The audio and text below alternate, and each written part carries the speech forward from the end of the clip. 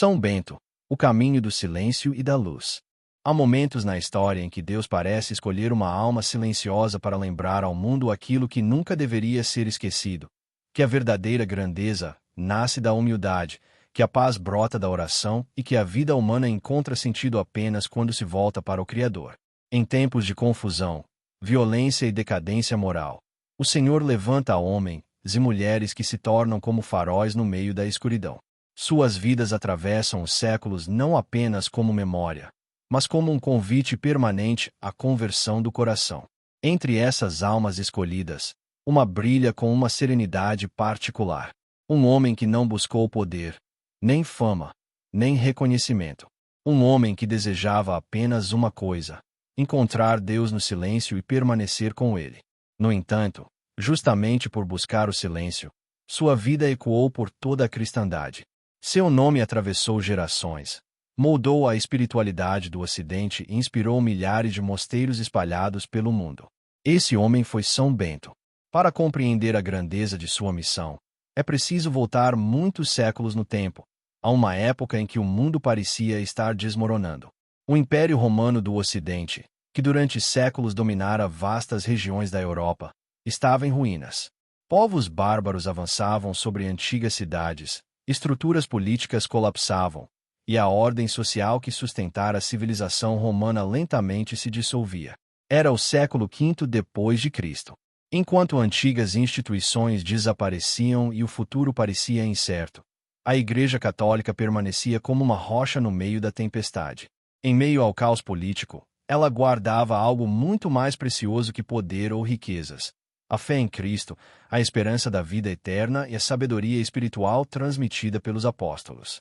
Foi nesse cenário de transição que nasceu aquele que mais tarde seria conhecido como o Patriarca dos Monges do Ocidente. Bento nasceu por volta do ano 480, na pequena cidade de Núrcia, situada nas montanhas da região central da Itália. Era uma terra de colinas verdes, vales tranquilos e uma atmosfera simples, distante da agitação das grandes cidades romanas. Seus pais pertenciam a uma família nobre. Como era costume entre famílias de posição social elevada, esperava-se que o jovem Bento recebesse uma educação refinada e, futuramente, ocupasse algum cargo importante na sociedade. O destino parecia traçado desde o nascimento. Mas Deus, muitas vezes, escreve histórias diferentes daquelas que os homens imaginam. Desde muito cedo, Bento demonstrava uma sensibilidade espiritual incomum. Enquanto outros jovens buscavam distrações e ambições mundanas, seu coração parecia inclinar-se naturalmente para o silêncio, para a reflexão e para as coisas de Deus. Havia nele uma inquietação interior, como se algo dentro de sua alma pressentisse que a vida tinha um propósito maior do que o sucesso terreno. Ainda jovem, foi enviado a Roma para continuar seus estudos. Naquela época, Roma ainda carregava a glória de seu passado imperial, mas já não era a mesma cidade que governara o mundo. As ruas estavam marcadas por decadência moral, disputas políticas e uma sociedade que lentamente se afastava de valores espirituais. Para muitos jovens, Roma era um lugar de oportunidades. Para Bento, porém, tornou-se um lugar de profunda inquietação. Ao observar o comportamento daqueles que o cercavam, ele começou a perceber algo que feriu profundamente sua alma: a facilidade com que muitos abandonavam a virtude em troca de prazeres passageiros. A busca desenfreada por riqueza, diversão e poder parecia dominar a vida de muitos estudantes. Aquilo não correspondia ao que seu coração buscava. Bento começou a sentir dentro de si um chamado silencioso, quase como uma voz interior que o convidava a seguir um caminho diferente. Não um caminho de glória humana, mas um caminho de busca por Deus. Era um chamado que exigia coragem, porque aceitar esse chamado significava abandonar os planos que sua família havia sonhado para ele. Significava deixar para trás uma vida confortável e promissora. Significava caminhar em direção ao desconhecido. Mas a verdade é que, quando Deus chama uma alma, esse chamado se torna impossível de ignorar. E assim, ainda muito jovem, Bento tomou uma decisão que mudaria completamente sua vida. Sem que ele soubesse, mudaria também o rumo da espiritualidade cristã no Ocidente. Ele decidiu deixar Roma. Não houve grande anúncio. Não houve discursos. Apenas uma decisão silenciosa, nascida no fundo do coração. Bento compreendeu que, para encontrar Deus, precisava se afastar do ruído do mundo. Acompanhado por sua fiel ama, uma mulher chamada Círila, ele partiu em direção ao interior da Itália, buscando um lugar onde pudesse viver longe das distrações e dedicar sua vida à oração. Foi assim que chegou a uma pequena região chamada Subíaco. Ali, entre montanhas e cavernas naturais, Bento encontrou o cenário perfeito para aquilo que sua alma buscava: o silêncio. A natureza parecia convidar a contemplação. O vento que passava pelas árvores, o som distante das águas correndo entre as pedras e o vasto céu que se abria sobre as colinas criavam uma atmosfera que falava diretamente ao coração. Mas Bento não procurava apenas tranquilidade. Ele buscava algo muito mais profundo. Ele queria aprender a viver inteiramente para Deus. Em Subíaco, conheceu um monge chamado Romano, que percebeu naquele jovem uma sinceridade espiritual rara. Romano passou a ajudá-lo, discretamente, oferecendo orientação e apoio para sua nova vida de oração e penitência. Foi então que Bento tomou uma decisão radical. Ele se retirou para uma caverna nas montanhas, onde viveria completamente sozinho. Ali começaria uma das experiências espirituais mais intensas da história cristã. Durante 3 anos, Bento viveria naquele lugar isolado, longe do mundo, dedicado à oração, à penitência e à busca profunda pela presença de Deus. Poucos sabiam de sua existência. Apenas Romano, fielmente, levava-lhe um pouco de alimento, descendo-o por uma corda até a entrada da caverna. Mas no silêncio daquela gruta, algo extraordinário estava acontecendo. Porque Deus estava formando um santo. E aquilo que começara como a busca solitária de um jovem por Deus logo se transformaria em uma missão capaz de iluminar gerações inteiras. O mundo ainda não sabia. Mas nas montanhas silenciosas de Subíaco, nascia uma luz que atravessaria séculos. Na solidão profunda da caverna em Subíaco, a vida de Bento entrou em um ritmo completamente diferente daquele que havia conhecido no mundo. Ali não existiam aplausos, ambições ou distrações. Existiam apenas o silêncio, o tempo e a presença invisível de Deus. Os dias passavam lentamente, marcados pela oração, pela meditação das Escrituras e por severas práticas de penitência. Bento desejava purificar o coração de tudo aquilo que pudesse afastá-lo do Senhor. Sabia que a verdadeira batalha espiritual não acontece fora do homem, mas dentro de sua própria alma. Era uma luta silenciosa, travada no interior do coração. A tradição cristã relata que, durante esse período de retiro, Bento enfrentou tentações intensas. O inimigo da alma, como tantas vezes acontece com aqueles que buscam santidade, tentou perturbá-lo com lembranças do passado, com pensamentos de orgulho e com imagens sedutoras que procuravam desviá-lo de seu propósito. Houve um momento particularmente difícil. Certa vez, uma forte tentação de natureza impura tomou conta de sua mente, despertando nele lembranças da vida que havia deixado para trás. O jovem que um dia caminhara pelas ruas de Roma agora lutava para manter seu coração inteiramente voltado para Deus. Percebendo o perigo espiritual daquele momento, Bento tomou uma atitude radical. Ele saiu da caverna e lançou-se sobre um espinheiro cheio de espinhos e urtigas, rolando sobre eles até que a dor física fosse mais forte que a tentação. Seu corpo ficou marcado e ferido, mas sua alma encontrou novamente paz. A partir daquele dia, segundo a tradição preservada pela Igreja, Bento foi libertado daquela luta interior. Aquela vitória não foi apenas uma superação pessoal, mas um sinal da profunda disciplina espiritual que marcaria toda a sua vida. Enquanto o jovem monge travava suas batalhas espirituais no silêncio da montanha, algo inesperado começou a acontecer. A santidade nunca permanece escondida por muito tempo. Aos poucos, pessoas da região começaram a ouvir falar do eremita que vivia em oração nas cavernas de Subíaco. Alguns pastores o viram. Outros ouviram histórias sobre sua vida de penitência e sua dedicação a Deus. A notícia começou a se espalhar. Peregrinos começaram a subir as trilhas das montanhas buscando conselho, oração e orientação espiritual. Bento, que havia se retirado justamente para fugir do mundo, começou a perceber que Deus tinha outros planos para sua vida.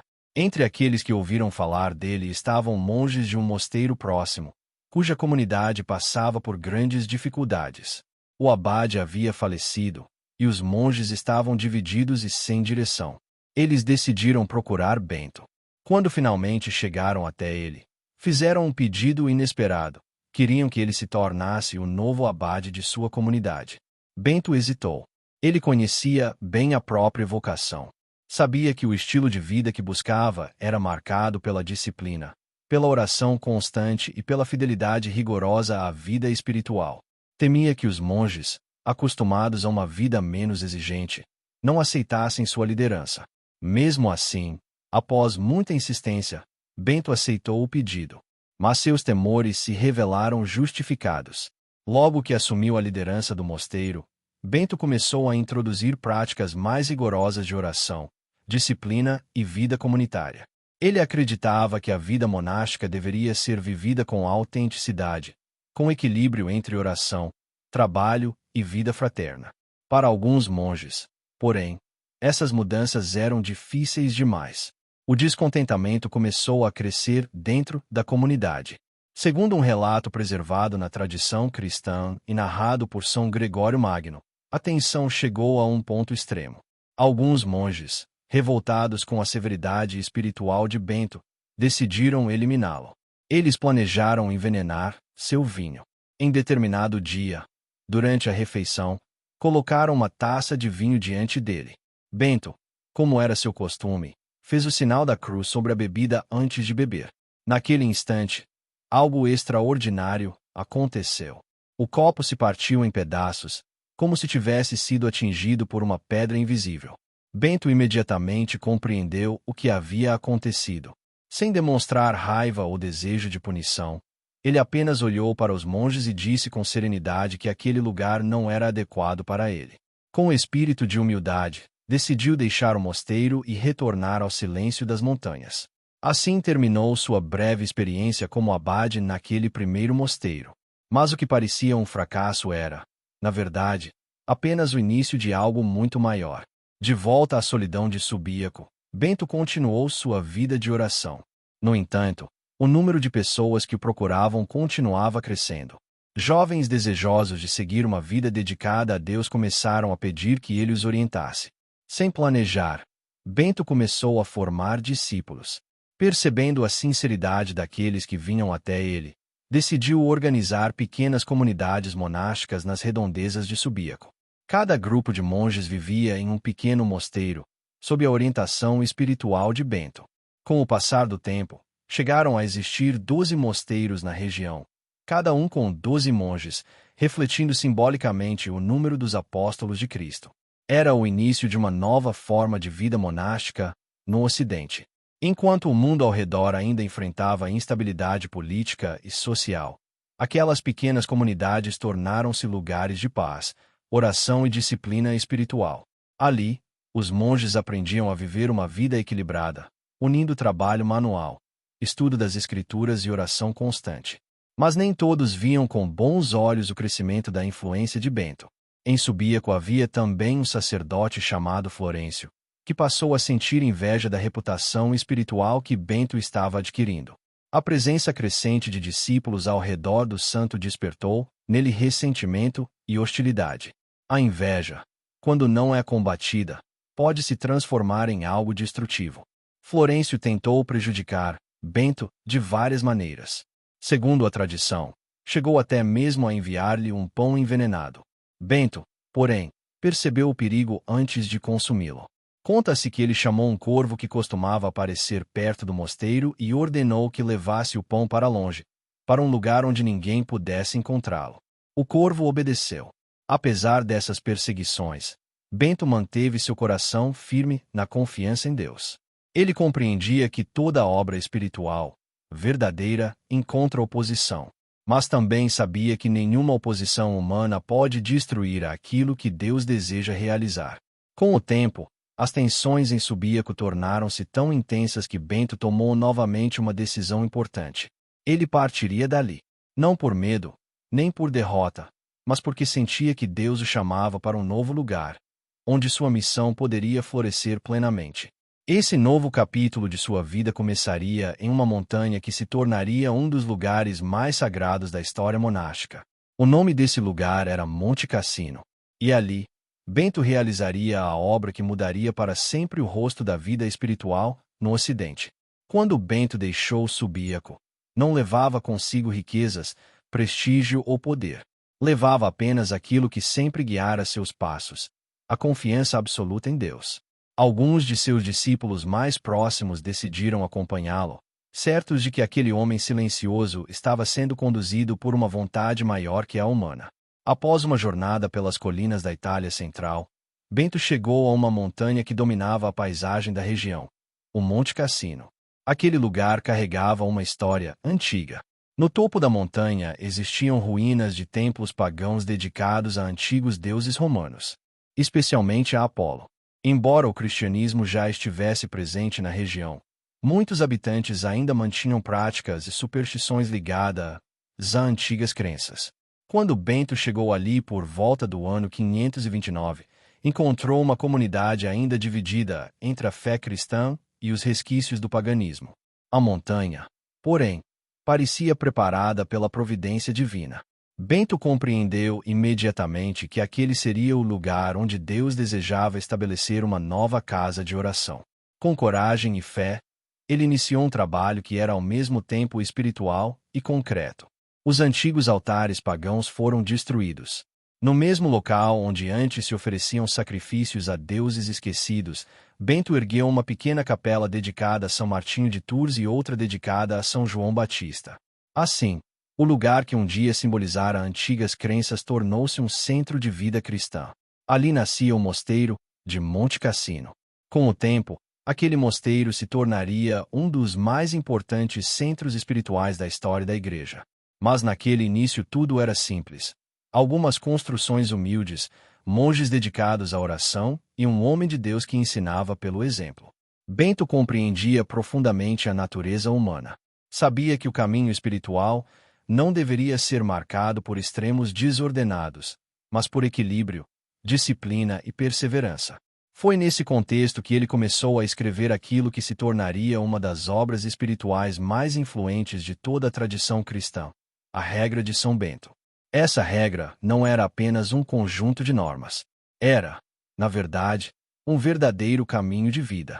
Um guia espiritual que ensinava como viver em comunidade, como buscar a Deus no cotidiano e como transformar cada momento da vida em uma oportunidade de santificação. No centro dessa regra estava uma ideia simples, mas profundamente poderosa: ora e labora. Rezar e trabalhar. Bento ensinava que a oração deveria ser o coração da vida monástica, mas que o trabalho também tinha dignidade espiritual. O monge deveria dedicar tempo à contemplação de Deus, mas também ao cultivo da terra, ao cuidado da comunidade e ao estudo. Essa visão trouxe equilíbrio à vida espiritual. Ao invés de uma vida de isolamento extremo ou de ascetismo desmedido, Bento propôs uma espiritualidade firme, mas humana. Uma vida que unia disciplina e misericórdia, silêncio e fraternidade, oração e ação. A regra de São Bento também enfatizava algo essencial: a humildade. Para Bento, a humildade era o caminho pelo qual a alma se aproximava verdadeiramente de Deus. Ele ensinava que o monge deveria reconhecer suas limitações, confiar na graça divina e viver em obediência. Essa obediência não era servilismo, mas um exercício de amor e confiança. Os monges que viviam em Monte Cassino seguiam uma rotina cuidadosamente organizada. O dia começava antes do nascer do sol, quando se reuniam para as primeiras orações. Ao longo do dia, alternava um momento de trabalho manual, leitura espiritual e oração comunitária. Esse ritmo transformava cada dia em uma jornada espiritual. Aos poucos, a fama da sabedoria de Bento começou a se espalhar por toda a Itália. Pessoas de diferentes regiões vinham até Monte Cassino buscando conselho, orientação espiritual e oração. Entre aqueles que procuraram Bento estavam também pessoas poderosas, governantes, Nobres e líderes religiosos ouviam falar daquele abade cuja sabedoria parecia vir diretamente da experiência com Deus. Mas Bento nunca buscou proximidade com o poder político. Seu foco permanecia sempre na formação espiritual daqueles que viviam sob sua orientação. Mesmo assim, relatos sobre milagres começaram a se multiplicar.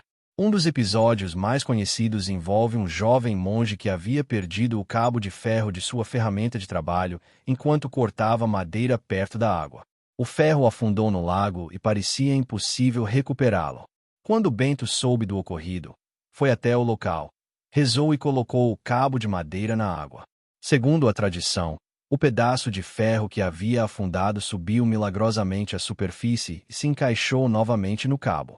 Esse milagre simples, ligado ao trabalho cotidiano, refletia algo profundo da espiritualidade beneditina. Deus está presente até nos detalhes mais humildes da vida. Outro episódio marcante envolve um jovem chamado Plácido, um dos discípulos de Bento. Certo dia, enquanto buscava água no lago próximo ao mosteiro, Plácido escorregou e caiu na água, sendo levado pela correnteza. Bento, que estava no mosteiro naquele momento, percebeu espiritualmente o perigo. Ele chamou outro monge, Mauro, e ordenou que corresse imediatamente para salvar o jovem. Mauro obedeceu, sem hesitar.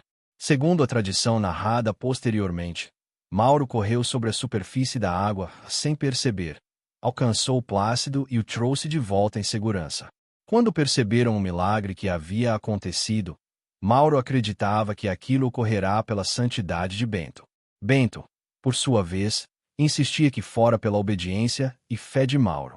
Esse episódio revelava uma das virtudes mais profundas ensinadas por Bento, a humildade verdadeira. Mas a vida do santo não era feita apenas de milagres e crescimento espiritual. Mesmo em Monte Cassino, Bento enfrentou provações. Conflitos externos, dificuldades materiais e desafios na formação dos monges faziam parte da missão que Deus lhe confiara. Ainda assim, sua serenidade parecia inabalável. Aqueles que conviviam com ele percebiam algo extraordinário. Bento possuía uma profunda paz interior. Uma paz que não dependia das circunstâncias externas, mas de uma união constante com Deus. Enquanto o mosteiro florescia e a regra de São Bento começava a se espalhar entre outras comunidades, algo se tornava cada vez mais evidente. Aquele homem que um dia buscará apenas o silêncio de uma caverna agora havia se tornado o pai espiritual de uma nova forma de vida cristã. Sem exércitos, sem poder político e sem riquezas, Bento estava moldando o futuro espiritual da Europa. E sua missão ainda estava longe de terminar. Nos anos que se seguiriam, sua vida seria marcada por novos sinais da presença de Deus, por profundas experiências espirituais e por acontecimentos que revelariam ainda mais claramente a santidade daquele homem escolhido. Mas também se aproximava o momento em que Bento enfrentaria a última etapa de sua jornada terrena. Uma etapa marcada por revelações misteriosas, despedidas silenciosas e uma partida que permaneceria gravada para sempre na memória da Igreja. Os anos passavam em Monte Cassino, e a presença de Bento tornava-se cada vez mais profundamente enraizada na vida espiritual daquela comunidade. Os monges que viviam sob sua orientação não viam nele apenas um líder, mas um verdadeiro pai espiritual. Sua autoridade não vinha da força ou da imposição, mas da coerência entre suas palavras e sua vida. Ele ensinava como quem havia experimentado cada passo do caminho que indicava aos outros. Monte Cassino, que começara como uma simples comunidade nas ruínas de antigos templos pagãos, havia se transformado em um centro vivo de oração, disciplina e fraternidade. Monges chegavam de diferentes regiões para viver sob a regra que Bento havia escrito, atraídos por sua sabedoria equilibrada e profundamente cristã. A influência daquele mosteiro ultrapassava suas próprias muralhas. Em um tempo em que muitas cidades ainda enfrentavam instabilidade política e social após a queda do Império Romano do Ocidente, os mosteiros inspirados pela regra de Bento tornaram-se verdadeiros refúgios de fé, cultura e organização. Ali preservavam-se manuscritos, cultivavam-se campos, ensinava-se leitura, copiavam-se textos sagrados e mantinha-se viva a chama da vida espiritual. Sem buscar reconhecimento, Bento estava ajudando a moldar as bases da civilização cristã que floresceria na Europa nos séculos seguintes. Mas sua vida também era marcada por experiências espirituais profundas. A tradição cristã preserva diversos relatos de visões e revelações que Bento teria recebido ao longo de sua vida. Esses acontecimentos foram narrados especialmente por São Gregório Magno, que dedicou parte de sua obra a contar a vida e os milagres do santo. Entre os episódios mais impressionantes está uma visão que Bento teve durante uma noite de oração. Enquanto estava em vigília, contemplando o céu, algo extraordinário aconteceu. Segundo o relato preservado por São Gregório Magno, Bento viu uma luz imensa descer do alto e iluminar o mundo inteiro. Naquele momento, toda a criação parecia reunida diante de seus olhos como se estivesse concentrada em um único raio de luz. Essa visão simbolizava uma profunda verdade espiritual. Quando a alma se aproxima de Deus, o universo inteiro passa a ser visto sob uma nova luz. A vida espiritual de Bento também foi marcada por uma relação muito especial com sua irmã gêmea, Santa Escolástica. Assim como ele, Escolástica havia consagrado sua vida a Deus. Vivendo em uma comunidade religiosa próxima a Monte Cassino, ela compartilhava da mesma sede espiritual que havia guiado seu irmão ao longo de toda a vida.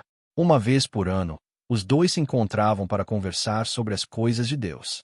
Esses encontros aconteciam em uma casa próxima ao mosteiro, pois Bento mantinha fielmente a disciplina de sua regra, que não permitia que monges deixassem facilmente o ambiente monástico. Em um desses encontros, já nos últimos anos de vida, ocorreu um episódio profundamente tocante. Depois de passarem o dia inteiro conversando sobre a vida espiritual, a noite começou a cair. Bento preparava-se para voltar ao mosteiro, como fazia sempre. Mas naquele dia, Escolástica fez um pedido diferente. Ela pediu que ele permanecesse mais tempo, para continuarem conversando sobre Deus até o amanhecer. Bento, fiel à disciplina monástica, recusou. Explicou que precisava retornar ao mosteiro e seguir as regras que ele mesmo havia estabelecido para a vida da comunidade. Diante da recusa do irmão, Escolástica abaixou a cabeça e começou a rezar em silêncio. Poucos instantes depois, algo inesperado aconteceu. Uma tempestade violenta começou repentinamente. Raios rasgavam o céu, trovões ecoavam pelas montanhas e uma chuva intensa tornava impossível qualquer viagem naquela noite. Bento percebeu imediatamente o que havia acontecido. Escolástica havia pedido algo a Deus com tanta fé e amor que o próprio céu parecia ter respondido à sua oração. Com um leve sorriso e um misto de admiração e resignação, Bento disse a ela que Deus havia atendido seu pedido. Assim, os dois permaneceram juntos durante toda a noite, conversando sobre as maravilhas da vida espiritual e sobre o amor de Deus. Esse seria o último encontro entre os dois. 3 dias depois, enquanto estava em oração, Bento teve uma visão. Ele viu a alma de sua irmã subindo ao céu, sob a forma de uma pomba luminosa. Naquele instante, compreendeu que Escolástica havia partido desta vida. Profundamente tocado, mas cheio de esperança na vida eterna, Bento mandou buscar o corpo de sua irmã para que fosse sepultado no mesmo túmulo que ele havia preparado para si em Monte Cassino. Mesmo na despedida, os dois permaneceriam unidos. Com o passar do tempo, Bento começou a perceber que também sua própria jornada na Terra estava chegando ao fim. Os relatos da tradição indicam que ele teve consciência antecipada de sua morte. 6 dias antes de partir, Bento pediu que os monges abrissem o túmulo que havia preparado para si. Aqueles que o cercavam não compreenderam completamente o motivo daquele pedido, mas obedeceram. Nos dias seguintes, o santo continuou participando da vida do mosteiro, embora seu corpo já demonstrasse sinais de fraqueza. Ainda assim, sua serenidade permanecia intacta. Na última noite de sua vida, Bento pediu para ser levado à capela do mosteiro. Ali, sustentado por alguns monges, permaneceu de pé diante do altar. Com as mãos erguidas em oração e o coração totalmente voltado para Deus, ele entregou sua alma ao Senhor. Era o ano 547. Aquele homem que havia passado a vida inteira buscando a Deus no silêncio partia da mesma forma que viverá, em oração. Os monges que testemunharam aquele momento compreenderam imediatamente que não estavam apenas diante da morte de um abade, mas da partida de um santo. Sua vida havia sido uma longa caminhada de fidelidade, disciplina, humildade e amor por Deus. Mas sua história estava longe de terminar. Nos séculos seguintes, a regra que ele havia escrito se espalharia por toda a Europa. Mosteiros inspirados por seu ensinamento surgiriam em inúmeros países, formando comunidades que preservariam a fé, a cultura e o conhecimento durante tempos difíceis. O nome de Bento se tornaria inseparável da própria história da civilização cristã. E sua influência continuaria atravessando os séculos, chegando até os dias de hoje. Mas para compreender plenamente a grandeza de seu legado, é preciso olhar para aquilo que aconteceu depois de sua morte. Porque a vida de um santo não termina quando ele deixa este mundo. Na verdade, é muitas vezes nesse momento que sua luz começa a brilhar ainda mais intensamente na história da Igreja. Quando São Bento entregou sua alma a Deus naquela capela silenciosa de Monte Cassino, seus monges sentiram que um capítulo extraordinário da história havia chegado ao fim. Mas, ao mesmo tempo, perceberam algo ainda mais profundo. A vida daquele homem não se encerrava ali. Na verdade, sua missão estava apenas começando a se expandir. O mosteiro de abadia de Monte Cassino continuou vivo após sua partida, sustentado pela regra que ele havia deixado como herança espiritual. Seus discípulos permaneceram fiéis ao caminho que aprenderam com seu mestre. Uma vida equilibrada entre oração, trabalho, silêncio e fraternidade. E pouco a pouco, essa forma de vida começou a se espalhar. Mosteiros inspirados pela regra de Bento começaram a surgir em diversas regiões da Europa. Monges beneditinos levaram consigo não apenas uma espiritualidade profunda, mas também um modo de vida que ajudava a reconstruir sociedades fragilizadas após séculos de conflitos e transformações. Nos mosteiros beneditinos cultivavam-se campos, copiavam-se manuscritos, ensinava-se leitura e preservava-se o conhecimento antigo.